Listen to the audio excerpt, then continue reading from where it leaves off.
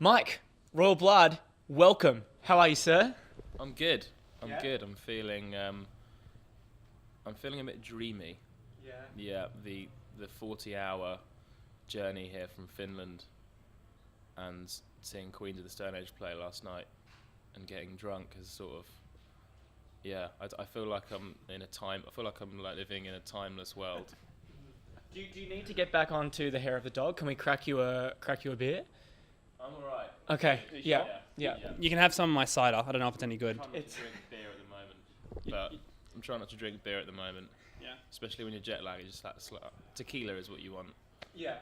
But the thing is there's so many really good beers here in Australia, so I've kind of we fucking love coming here.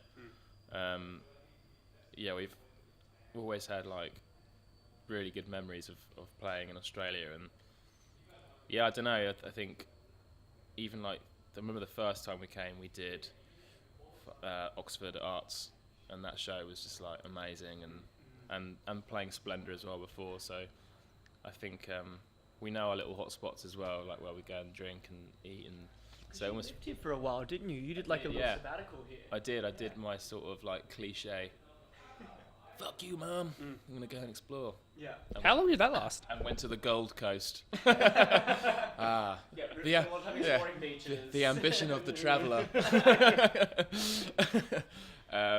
Went to the Gold. I did actually end up like doing a bit, travelling on Australia and stuff, and it was awesome actually. So I remember like when we found out we were gonna play gigs here, I was like, I know, like come with me.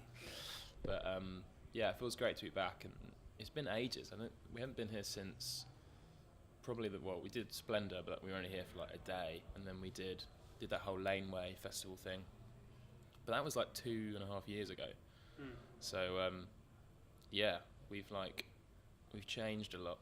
Yeah, it's pretty incredible. I mean, you just mentioned that the first time you played here was Oxford Art Factory. I mean, tonight you're playing in Sydney at the Metro Theatre, and then you're coming back next year, newly announced, for a bunch of shows. You're playing at the Horton Pavilion. I mean, you've gone up pretty quickly as far as venues are concerned, and you're one of the top billed acts at Splendour, so you've done well. Thank you, yeah. It's something I sort of choose not to get my head around, really, because it just will give me a panic attack. No, it just seems quite unimportant to kind of try and make sense of that.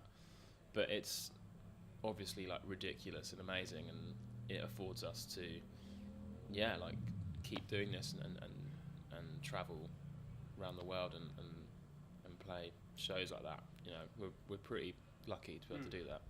You obviously playing Splendour is a massive deal, but you guys have just played Glastonbury. Do you call it Glasto? Is that fine? Good, slang, good. Yeah, it's very, I was worried, like, what's Glasto? No, it's very Australian. yeah. I mean, we saw you were hanging out with Brad Pitt, but the thing I wanted to ask you about. My mum introduced me to Brad Pitt. I'm sorry, what? What? You stop talking. You need to tell the story. Yeah, well, I basically said to my parents, you have to come to Glastonbury, because they'd never been to a festival. Yeah. So I thought, this is a great opportunity, you have to come along. And they were side of stage for the show. Obviously, I was preoccupied by doing Glastonbury. Nerve. And then when I came off stage, I kind of went to the dressing room quickly. Everyone was like drinking and going mental. And then my mum was like, have you met Brad yet? And I was like, what? She's like, oh, come here. She's like, Brad, meet Mike. And she introduced me to like Bradley Cooper. I was like, what is going on? I love that your mum's on first name basis with Brad Pitt. Have you met Brad? Yeah. Brad, come over here, meet Mike. Pretty cool. And Bradley Cooper as well. Yeah, and they Both Brads. they actually went to my parents to ask, to introduce themselves. So it was the other way around, which I like. That's a very, classy move. Very classy of my parents. Very classy move. But the other cool thing is that, there is footage of you guys popping some champagne on stage. Yeah. When did you guys... Well, you popped the champagne because the album went number 1 in the UK. Did you guys find out, while you were on stage? Was that shouted out to you mid-song? Literally just before we went on stage. Like, the timing of finding out where you are in the charts and our stage time, those two stars aligned. And it was like... Was it just simply a case of you managed going, hey, by the way, you're number 1. Go get him, Tiger! We were kind of like ahead enough to have it in the bag. Yeah.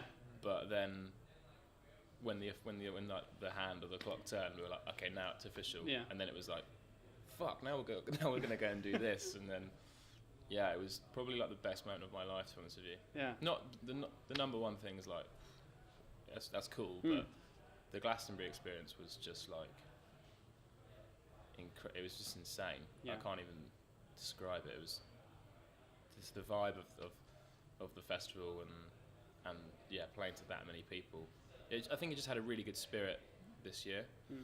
A lot of shit's been going on, and it felt like an opportunity for everyone just to like lose their minds and have some fun, you know, and like switch off from the world. So it was a very like, I had a very euphoric experience. And no one's going to poo-poo the experience of drinking champagne on stage, I imagine. That probably just took the whole thing to a new level. No, yeah, Ben is responsible for the champagne, I have to admit. Yeah. I mean, Can't help himself. I was going to say, like, do you have any crazy Glasto stories? But I mean, your mum teeing up chats with Brad Pitt and Bradley Cooper is probably the top, right? Because I was only at Glastonbury for the show. We had to go to another festival.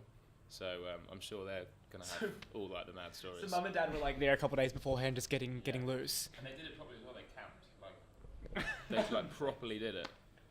Good on them. Yeah. That's a cool move. Yeah. I mean, I'm sure they would have come and hung out with you, but they were too busy hanging out with Liam Gallagher and David Beckham, so they couldn't come with you, unfortunately. Super busy. Yeah. Super busy. Well, Mike, before we go, obviously you're coming back in 2018. So between Splendour and then, I mean, we know you're going to America to support Queens of the Stone Age. Are you getting any downtime, or will we just see you back in a couple of months, very, very jet lagged? We have 5 days off, and Ben is going to go to Ibiza because we went there recently. Bad move. And it turns out he loves Ibiza, like massively loves it. Yeah, but if you've got 5 days, That's not a rest stop. I don't think. No, particularly if you go to Ibiza. Yeah. Yeah, I'm not sure what I'm going to do yet. I might sort of go to a retreat, yeah. just be in a steam room or something, meditating with some sort of spiritual guru with me. Yeah. I don't know. We don't have any time off, basically. Wow. So we'll probably look like this, but just like a bit fatter, Yeah.